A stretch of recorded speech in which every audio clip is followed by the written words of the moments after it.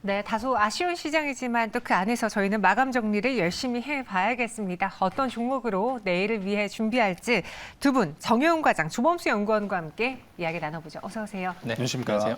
네, 안녕하십니까. 오늘 같은 날 종목이 잘 갈 수 있으면은 그래도 좀 시장 지지부진한 거를 벗어낼 수 있는 한 줄기 빛과 같을 텐데 두 분이 선택한 종목은 무엇이 있을지 들어보기 앞서서 정효은 과장님이 지난번에 이야기한 심택이 13.8%의 수익을 내고 있고 조범수 연구원의 넥슨게임즈가 19%의 수익을 내고 있어요. 넥슨게임즈는 오늘 또 이슈가 나왔잖아요. 특히나 뭐 중국발 그런 뭐 판호 발급에 대한 기대도 있고 그래서 게임주들이 전반적으로 올랐는데 넥슨 게임즈 계속 들고 가볼까요? 어떻게 할까요? 저는 눌릴 때마다 사셔도 좀 괜찮다고 생각하는 편입니다. 아무래도 좀 이제 국내 시장 내에서 좀 안정적인 수익 기대감을 좀 일단 가지고 있는 종목이다 보니까 해외로 또 판로를 계속해서 넓혀가고 있는 중이기 때문에 계속해서 신적 모멘텀까지 유지를 하고 있습니다. 장기적으로 바라보셔도 무난하고 가장 중요한 건 같은 경우에는 경영권 관련해 가지고 이제 또 매각이 나옵니다. 매각 관련해서 이제 주가 부양 의지가 충분하게 있기 때문에 지속적으로도 상승 가능성은 높다고 판단하고 있는 편입니다. 지속적으로 좀 눌릴 때마다 한 번씩 정도 찾아보시면 좋을 것 같습니다. 넥슨 게임즈는 눌릴 때마다 매수를 해보자. 사실 오늘 좀 윗꼬리가 길게 달려서 전반적으로 요새 종목들이 올라오는 게 다 비슷비슷합니다. 그 윗꼬리 크게 많이들 납니다. 의미 부여하진 않으셨고 심택의 경우에도 사실 정말 뒤에 후발주로 반도체 안에서 떠올랐었거든요. 네. 근데 다른 대장주들이 좀 주춤하니까 또 심택도 같이 밀려서 이 네. 수익을 더 확대할 수 있을지 많은 분들이 걱정하고 계세요. 우선 뭐 최근에 좀 주가 오늘도 좀 조정을 받고 있습니다만 뭐 아시다시피 최근에 주가가 워낙에 단기적으로 좀 급등을 했다 보니까 좀 기술적인 흐름에서 좀 쉬어가는 흐름이 좀 나오는 것으로 보여지고 있고요. 당시에도 말씀드렸다시피 이제 삼성전자, SK 하이닉스가 이제 메모리 업황 반등에 대한 좀 기대감이 부각이 되면서 주가가 이제 먼저 상승을 했었죠. 그 이후에 이제 소부장 업체들이 같이 갈 수 있다. 그 중에서 대표적으로 이제 메모리 이제 부분, 그러니까 메모리 반도체 그 매출 비중이 압도적으로 높은 심택 같은 경우에 기판 업체 중에서 심택 같은 경우에 좀 주목을 해보자라는 말씀드렸었는데 역시 최근에 이제 메모리 업황 반등에 대한 좀 기대감이 좀 반영이 되면서 최근에 주가가 좀 반등을 하고 있습니다.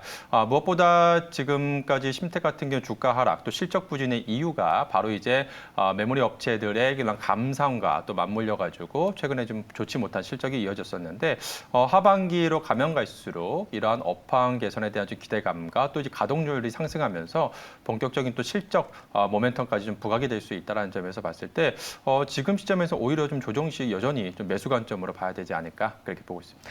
두 분의 종목 모두 다 조정 시 매수로 여전히 들고 가볼 만하다라고 정리가 되었습니다. 그럼 오늘 새롭게 나올 특히나 단기 수익을 누려볼 수 있는 종목도 어떤 게 있는지 마감에 산다 종목 열어볼게요. 조범수 연구원과 그리고 정효은 과장님의 종목은 유진로봇, HL만도로 나뉘어졌는데 먼저 유진로봇을 보자면은 이 로봇주 안에서 감속기의 대장이잖아요. 감속기 대장이기도 하고 이제 방호복 사업도 있죠. 방호복 사업이요? 이제 좀 아무래도 최근 시장 흐름 내에서 종목들이 소외된 종목이 갑자기 올라오거나 아니면 가던 녀석들이 더 가던가 이 두 가지의 가능성이 좀 많았는데 로봇주도 최근에 좀 많이 좀 소외를 받지 않았나 싶을 정도로 상당히 좀 평행한 흐름을 좀 보여주고 있는데요. 일부러 좀 두 가지 재료를 좀 가지고 갈 수 있는 유진 로봇을 좀 소개시켜 드리고 있습니다. 이제 사실 근데 방호복과 관련해서는 유진 로봇의 주가가 올라가기에는 너무 잘 모르는 거 아니에요, 시장에서? 지레테마 올라가면 같이 올라갑니다. 지레테마. 네, 지레테마로 보셔야죠. 이제 방호복, EOD 방호복이라고 해서 이제 지뢰 이제 탐지하고 안정성을 위해서 좀 있는 방호복인데요.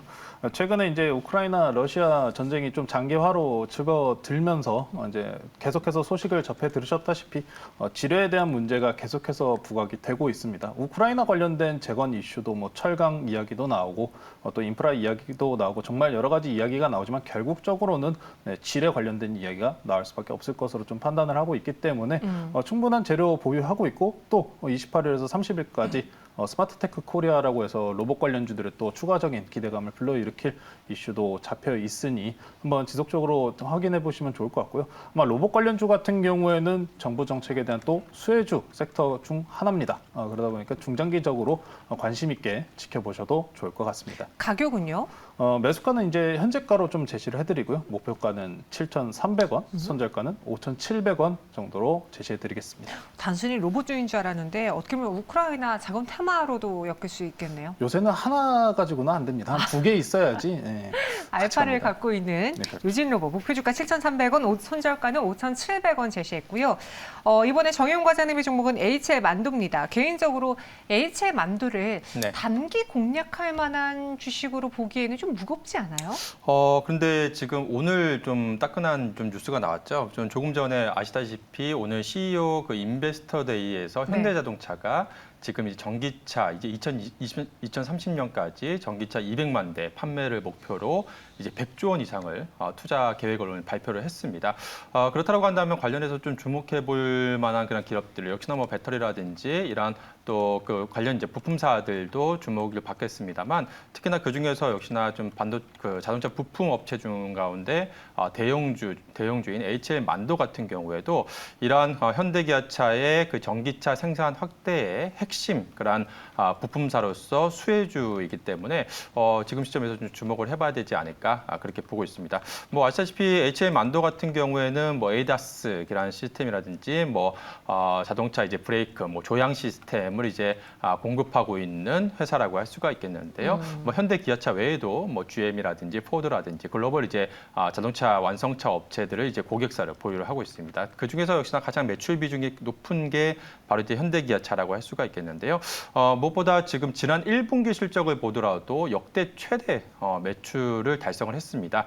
물론 이제 이익률이 다소 좀 부진하게 나오면서 뭐 물류비라든지 이런 원가적인 부담 때문에 이익적인 측면에서는 다소 좀 실망스러운 실적이 나왔습니다만 매출, 즉 이제 Q가 계속해서 좀 증가하고 있다는 점에서 주목을 해봐야 될 것 같고요. 특히 이제 2분기 같은 경우에는 북미라든지 인도 지역의 그런 물량 증가와 함께 이제 실적 개선이 본격화될 것으로 그렇게 지금 보여주고 있습니다. 특히나 이제 북미라든지 또 유럽 그 완성차 업체들의 생산량이 이제 본격적으로 좀 증가하면서 이제 반도체도 자동차 반도체 쇼티지도 좀 해소가 된 상황이고 중장기적으로 봤을 때 자율주행형 그런 ADAS 부분의 성장이 좀 지속이 될 수 있다라는 점, 이러한 점에서 오늘도 현대차의 그 발표 내용을 보게 되면 이러한 전기차 판매 이제 확대와 더불어서 이러한 자율주행에 대한 그러한 또 고도화 이러한 부분에 대해서 또 계획을 또 발표를 했는데요. 관련해서 역시나 또 수혜주로서 시장에서 좀 주목받을 가능성이 높지 않을까 그렇게 보고 있습니다. 가격 전략은요? 네, 우선 오늘 이제 주가는 이제 좀 약보합권에서 지금 움직이고 있습니다. 지금 뭐 최근에 3거래일 연속해서 주가가 좀 소폭 좀 조정을 받았습니다만 네. 최근에 이제 거래가 좀 감소하면서 어느 정도 주가가 좀 조정을 받았기 때문에 단기적으로 좀 건전한 좀 조정이 나온 것으로 보여주고 있고요. 목표 주가는 한 6만 원 정도 선까지 좀 열어놓으면 좋을 것 같고 마지막으로 손절 라인으로는 최근 저점 라인인 한 4만 4천 원 선을 제시해드리도록 하겠습니다. HL 만도 원래는 이제 단기 공략하기 좀 어려운 종목일 수 있는데 오늘 뉴스가 나온 만큼 한번 공략을 해보겠다. 목표 주가 6만 원, 손절가 4만 4천 원 제시했습니다. 마감에 저희는 HL 만도와 유진 로봇을 매수해 보겠고요. 그 외 스페코 한번 볼게요. 현재는 14%, 12% 급등 보이고 있고 장중에는 상한가까지 기록하기도 했습니다. 왜 올랐냐면 여름철에 이제 워낙 비가 많이 내리니까 포토를 대비해야 되는 시기인데 그로 인해 벌써 관련주들이 움직인 거예요. SG가 상한가 같고 스페코는 또 장중에 급등을 했습니다. 지금은 음봉 전환했는데 모멘텀이 될까요? 어떻게 보세요, 연구원님? 포톨 가지고 상한가를 간다는 게 좀 신기할 정도로 좀 시장이 약세이지 않나라는 생각도 좀 있긴 한데요. 네.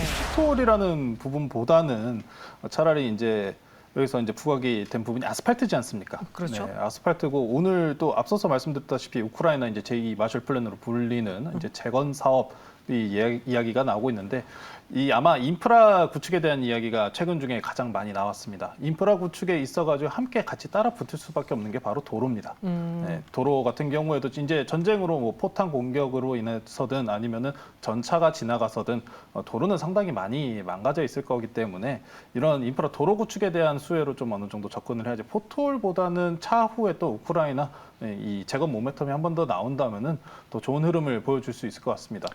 다만 오늘 중에 저는 개인적으로는 한 5,400원 정도를 좀 지지해 준다면은 하루 정도 더 봐도 되지 않을까 했는데 결국에 또 다른 종목들과 마찬가지로 장 막판에 좀 이렇게 윗골을 달면서 밀리는 모습을 보여줬다 보니까 조금은 주의하시면서 바라보시는 게 좀 좋을 것 같습니다. 네, 그래서 스페코 여름 테마주로 보는 건 아니다. 차라리 나중에 이제 재건 관련해서 도로 정비와 관련해서 네, 스페코가 부각을 받을 수는 있다라는 이야기였고요.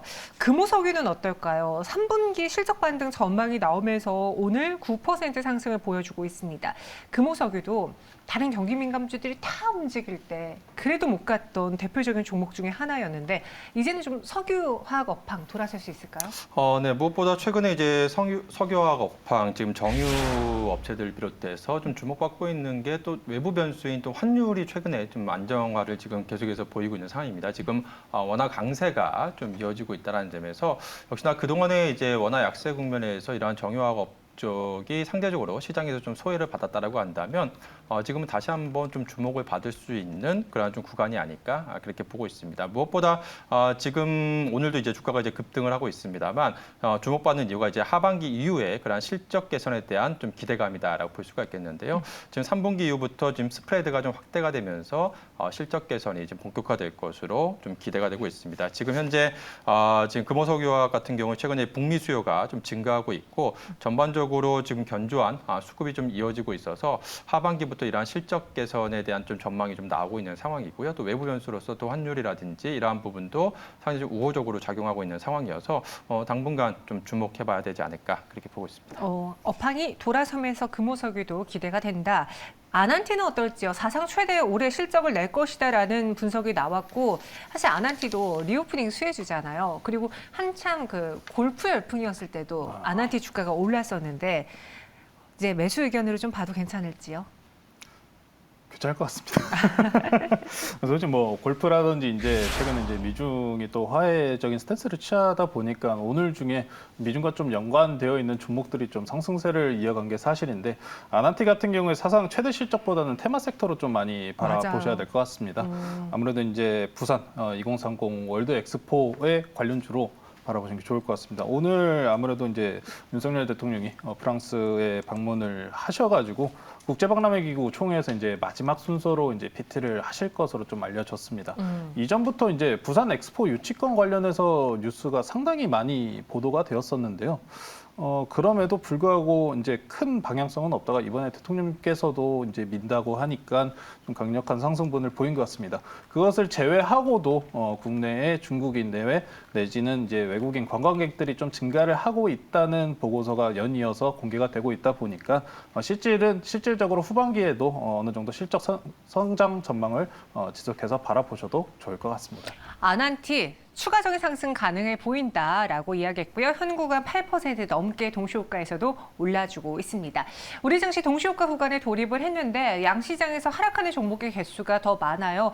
코스피도 그로 인해 파란불이 들어와 있고 코스닥은 약보합이긴 하지만 0.22% 하락하고 있습니다.